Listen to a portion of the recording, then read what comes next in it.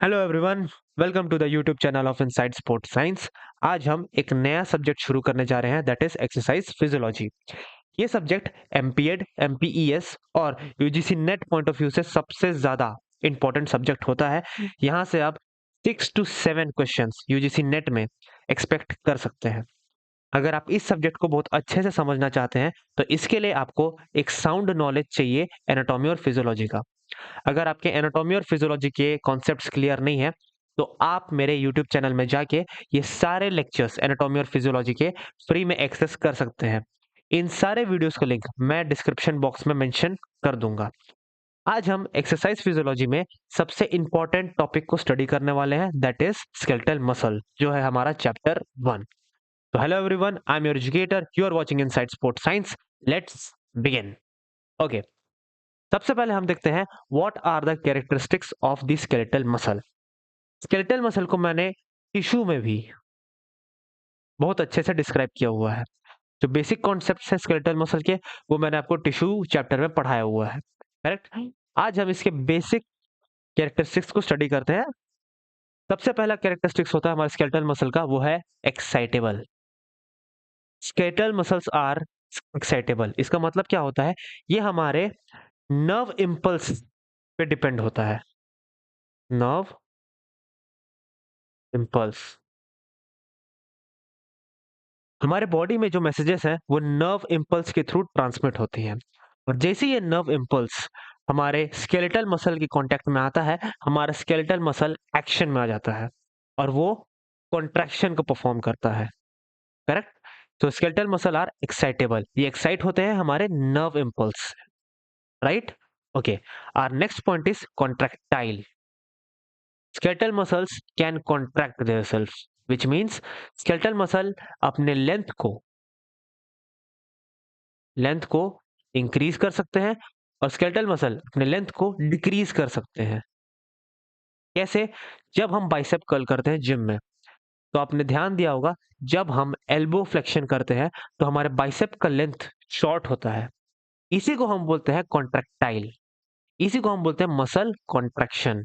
और जब हम एक्सटेंड करते हैं तब हमारा मसल होता है relax, right. Okay, I hope आपको ये कॉन्सेप्ट क्लियर होगा। Now the third point is extensible. Are muscles are extensible, और we can say muscles are stretchable. अगर आप हमारे मसल्स को खींचने की कोशिश करेंगे तो these muscle can stretch itself. ये मसल्स अपनी लेंथ को इंक्रीज कर सकते हैं अगर आप इनको खींचने की कोशिश करेंगे। This are rubber like structure, rubber like structure,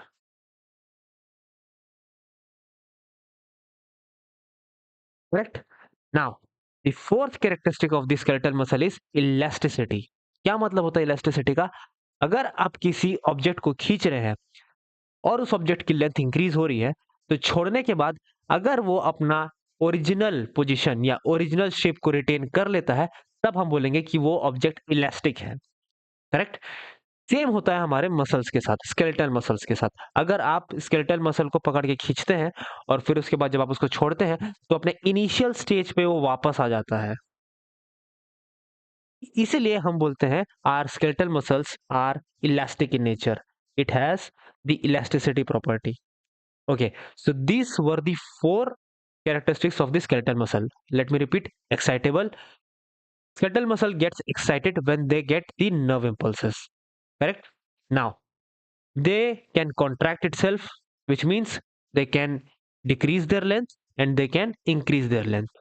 Third one is extensible, which means they are stretchable. Their length can be increased by stretching, by pulling. And the fourth one is elasticity, which means they can retain their initial position. So these all are the characteristics of the skeletal muscle. अब हम देखते हैं कि इनके functions क्या होते हैं। Okay, skeletal muscles provide movements. हम जितने भी मूवमेंट्स परफॉर्म करते हैं डे टू डे लाइफ में, वेदर इट इज फ्लेक्शन और एक्सटेंशन और इट इज अबडक्शन और adduction and many more etcetera, there are lots of movement. ये जितने भी मूवमेंट्स है जो हम परफॉर्म कर रहे हैं, ये मसल्स की वजह से ही हम परफॉर्म कर पाते हैं। अगर मसल्स ना हो तो हम इनमें से कुछ भी परफॉर्म ना कर पाए। करेक्ट? ओके।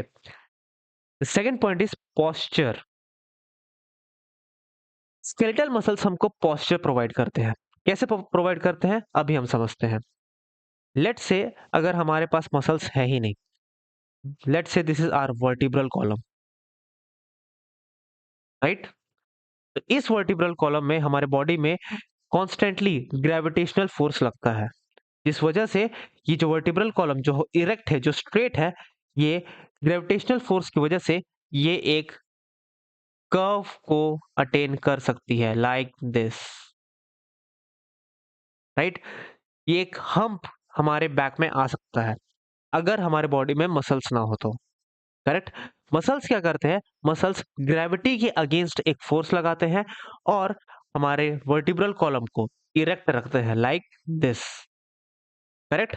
आई होप आपको समझ में आएगा कि पोस्चर कैसे मेंटेन करता है। स्केलेटल मसल्स ग्रेविटी के अगेंस्ट फोर्स लगाते हैं और हमारे वर्टिब्रल कॉलम, हमारे लिम्स को इरेक्ट रखते हैं। करेक्ट? Stabilises joints.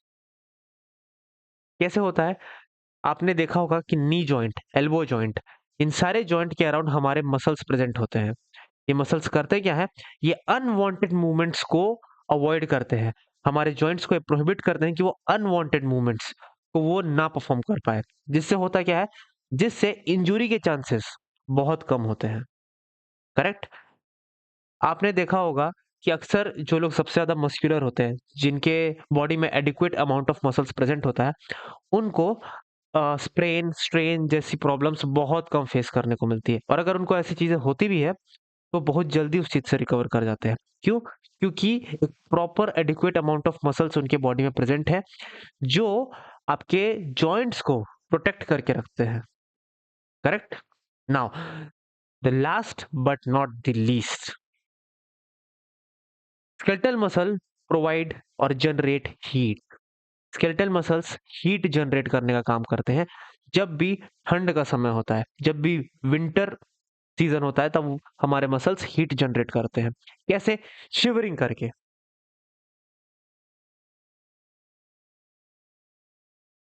जब भी ठंड आती है, जब भी सर्दी आती है, आपने नोटिस किया होगा कि आपके मसल्स शिवर करते हैं, व्हिच मीन्स वो वाइब्रेट करते हैं। क्यों करते हैं वाइब्रेट? आपके बॉडी को पता चल जाता है कि आपके बॉडी में हीट की कमी है और इस हीट की कमी को पूरी करने के लिए आपके जो मसल्स हैं, वो शिवर करते हैं, वो वाइब्रेट करते हैं और इसी शिवरिंग की वजह से आपके बॉडी में हीट जनरेट होती है। आई बात समझ में? ओके। आपने ये चीज़ नोटिस किया होगा कि जब भी ठंड आती है, आपको भूख बहुत ज़्यादा लगती है, हंगर। इसका रीज़न क्या है? इसका रीज़न यही है, शिवरिंग। जब भी सर्दियाँ आती है, तब आपके मसल्स को एक एडिशनल काम मिल जाता है। क्या एडिशनल काम है? वो है हीट जनरेट करना।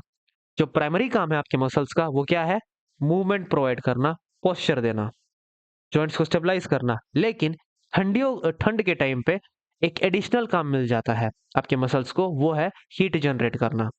अब ज़ाहिर-सी बात है, एडिशनल काम अगर आपको मसल्स को मिला है, तो उसके लिए एडिशनल एनर्जी भी चाहिए और उसी एडिशनल एनर्जी को पूरी करने के लिए आपको ज़्यादा भूख लगती है। करेक्ट? आई होप आपको फंक्शंस ऑफ स्केलेटल मसल्स अच्छे से समझ में आए होंगे। हमने पढ़ चुका है फंक्शंस और हमने पढ़ चुका है कैरेक्टरिस्टिक्स। करेक्ट? अब हम आगे के स्लाइड्स में हम देखते हैं कि वो structures of the skeletal muscle.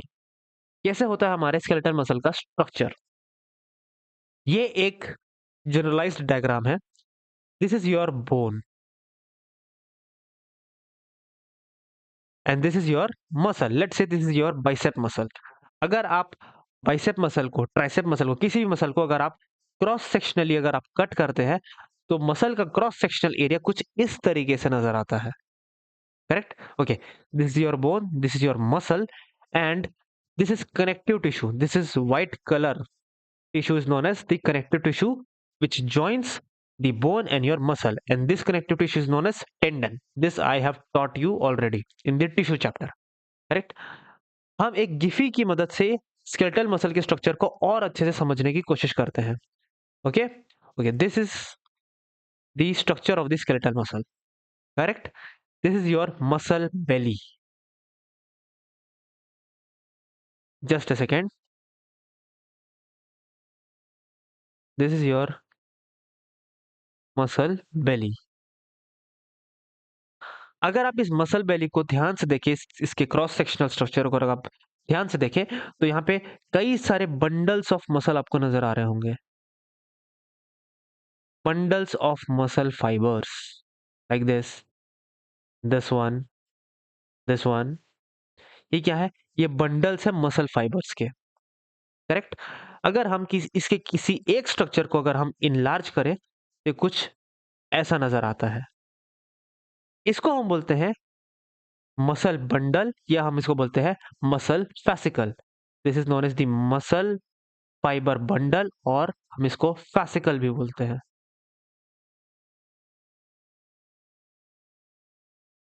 Correct? अब जाहिर सी बात है, जैसे आपको नेम सजेस्ट कर रहा है, muscle fibre bundle, which means ये बंडल है किसका? मसल फाइबर्स का बंडल है. विच मीन्स इसके अंदर कई सारे मसल फाइबर्स प्रेजेंट होंगे. तो मैं अभी आपको दिखा देता हूं. This is your muscle belly, this is your muscle fibre bundle और muscle fascicle, and this is your muscle fibre. ये है आपका muscle fibre.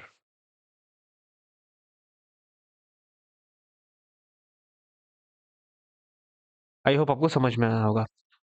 Let me erase this और हम इस गिफी को फिर से रिप्ले करके देखते हैं.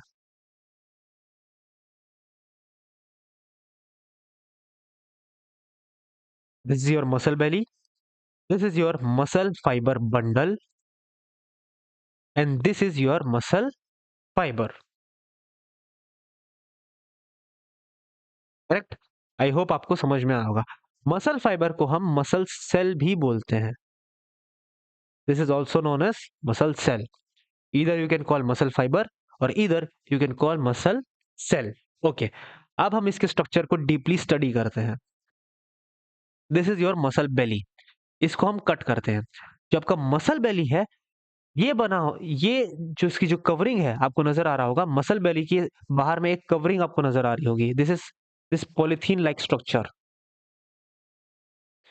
This is a polythene like structure जो कवर करता है आपके मसल बेली को. इसको हम बोलते हैं एपीमाइसियम. करेक्ट? और ये एक कनेक्टिव टिश्यू होता है. राइट? ओके. इस मसल बेली के अंदर मैंने आपको बताया कई सारे मसल फाइबर बंडल्स होते हैं, या हम इसको मसल फैसिकल भी बोलते हैं. ये जो मसल फेसिकल है, इसको सराउंड करके रखता है आपका perimysium. This is your muscle fibre bundle. ये जो एक हमने इनलार्ज किया हुआ है और इसको रैप करके रखा हुआ है, इसको सराउंड करके रखा हुआ है perimysium. And this is also a connective tissue. This is also connective tissue. मैंने शॉर्ट फॉर्म में मेंशन कर रहा हूं, आप प्लीज इसके लॉन्ग फॉर्म में मेंशन कीजिएगा. This is connective tissue. Correct? Okay. ये जो मसल फाइबर बंडल है, इसके अंदर कई सारे मसल फाइबर्स प्रेजेंट है. करेक्ट? ये जो एक मसल फाइबर है, इसको हम बोलते हैं मसल सेल या मसल फाइबर. इसको भी एक कनेक्टिव टिश्यू सराउंड करके रखा हुआ है, जिसको हम बोलते हैं एंडोमाइसियम. करेक्ट? ओके. ये आपको यूजीसी नेट के क्वेश्चन में पूछा जा सकता है कि आप क्रोनोलॉजिकल ऑर्डर में लगाइए. वो ये बोल सकता है कि मसल बेली, मसल बंडल और मसल फाइबर, इसको आप आउटवर्ड टू इनवर्ड ऑर्डर में लगाइए. तो सबसे पहला आएगा आपका muscle belly, then comes muscle bundle और मसल फेसिकल्स, और then comes the muscle fibre. या फिर ये आपको ये बोल सकता है कि इनके जो सराउंडिंग टिश्यूज है, जो सराउंडिंग कनेक्टिव टिश्यूज है, इसको आप फ्रॉम आउटसाइड टू इनसाइड लगाइए क्रोनोलॉजिकल ऑर्डर में. तो फर्स्ट होगा आपका epimysium that covers the muscle belly, then comes the perimysium that covers the muscle fibre bundles और muscle fascicles, then comes the endomysium that covers the muscle fiber. Okay, as I told you in my earlier slide that muscle fibers are also called muscle cells. Correct? After all, it is a cell. और मैंने आपको मेरे सबसे पहले video that is cell में मैंने आपको बताया था कि एक जो सेल है, उसको सराउंड करके रखता है सेल मेम्ब्रेन।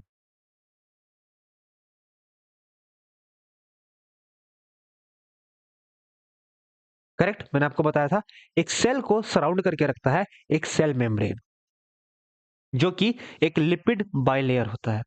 करेक्ट। उसी तरीके से जो हमारा मसल सेल है या मसल फाइबर है, उसको भी एक मेम्ब्रेन सराउंड करके रखता है। उसको भी हम सेल मेम्ब्रेन बोलते हैं, या फिर हम उसको बोलते हैं सार्कोलेमा।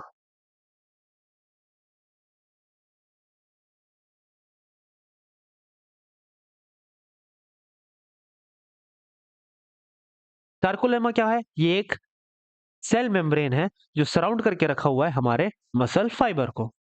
करेक्ट। ओके। हमारे मसल्स में, जैसे कि मैंने आपको बताया था कि जो हमारा सेल है, सेल में होता है प्लाज्मा। करेक्ट। उसी तरीके से हमारे जो मसल सेल है, उसमें होता है sarcoplasm.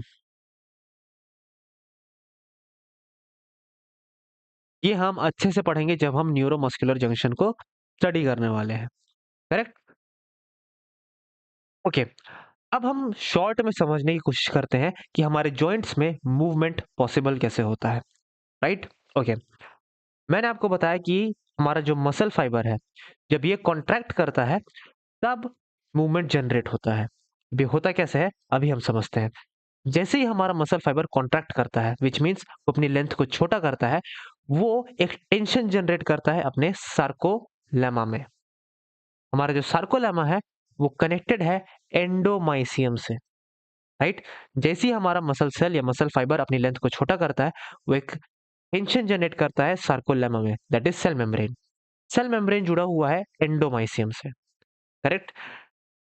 Cell membrane tension generate करता है एंडोमाइसियम में, और ये सारे जो एंडोमाइसियम जो प्रेजेंट है, ये जो सारे जो मसल फाइबर्स जो प्रेजेंट है, ये आफ्टर ऑल कनेक्टेड है आपके पेरीमाइसियम से। तो ये जितने एंडोमाइसियम है, जब इनमें टेंशन जनरेट होता है, तो ये सारे कलेक्टिवली पेरीमाइसियम में टेंशन जनरेट करते हैं और पेरीमाइसियम को खींचने की कोशिश करते हैं। राइट। ओके। नाउ, ये जो इतने सारे पेरीमाइसियम है जो कवर करके रखे हुए हैं मसल बंडल्स को या मसल फैसिकल्स को, ये सारे पेरीमाइसियम जब टेंशन जनरेट करते हैं एपीमाइसियम में, तो हमारा एपीमाइसियम भी टेंशन जनरेट करता है अपने टेंडन में। और जैसे ही टेंडन खींचने की कोशिश करता है, तो ये टेंशन जनरेट होता है हमारे बोन में, और हमारा बोन मूव करना शुरू कर देता है। फ्लेक्शन और एक्सटेंशन ऐसे ही पॉसिबल होता है। Correct. Let me repeat it again. हमारा मसल फाइबर अपनी लेंथ को छोटा करता है, जिससे टेंशन जनरेट होता है सार्कोलेमा में, दैट इज सेल मेम्ब्रेन। हमारा जो सार्कोलेमा है, ये कनेक्टेड है एंडोमाइसियम से। राइट। इतने सारे मसल फाइबर से जिनको कवर करके रखा हुआ है एंडोमाइसियम। जब एंडोमाइसियम में टेंशन आता है, तो ये टेंशन को पास ऑन करते हैं पेरीमाइसियम से, पेरीमाइसियम में, क्योंकि इतने सारे एंडोमाइसियम कनेक्टेड है पेरीमाइसियम में। जब इतने सारे जो पेरीमाइसियम है जो कि कवर करके रखे हुए हैं मसल बंडल्स या मसल फैसिकल्स को, जब इतने सारे पेरीमाइसियम में जब टेंशन आता है, तो ये टेंशन को जनरेट करते हैं और पास ऑन करते हैं एपीमाइसियम में। करेक्ट। जब एपीमाइसियम के अंदर टेंशन आता है, तो ये टेंशन को जनरेट करता है, टेंशन को ये पास ऑन करता है टेंडन में, और ये टेंडन टेंशन जनरेट करता है हमारे बोन में, और हमारा जो टेंडन है वो बोन को खींचने की कोशिश करता है, और हमारा मसल जो है, हमारा जो मूवमेंट है, वो जनरेट हो जाता है, चाहे वो फ्लेक्शन हो, एक्सटेंशन हो, अडक्शन हो, अबडक्शन हो। आई होप आपको क्लियर समझ में आया होगा। Okay. So this is all for today's video. आज की वीडियो में हमने समझा है कि हमारे स्केलेटल मसल का स्ट्रक्चर कैसा होता है। हमने इसका क्रॉस सेक्शनल स्टडी किया, और हमने ये देखा कि स्केलेटल मसल के अंदर कौन कौन सी चीजें प्रेजेंट होती है। राइट। इसके नेक्स्ट लेक्चर में हम पढ़ने वाले हैं structure of the myofibril, which means structure of the muscle cell. Muscle cell को या फिर मसल फाइबर को हम मायोफाइब्रिल भी बोलते हैं। हम उसके स्ट्रक्चर के बारे में स्टडी करेंगे, और मायोफाइब्रिल के अंदर जितने भी प्रोटीन्स हैं वो प्रेजेंट, जितने भी प्रोटीन्स प्रेजेंट हैं, हम उसको स्टडी करने की कोशिश करेंगे। Okay. So please like, share, comment and subscribe to this YouTube channel if you find this very very useful. If you have any doubt, then please put up on the comment section. I will try my best to solve it. Okay, so see you in the next video. Till then, goodbye.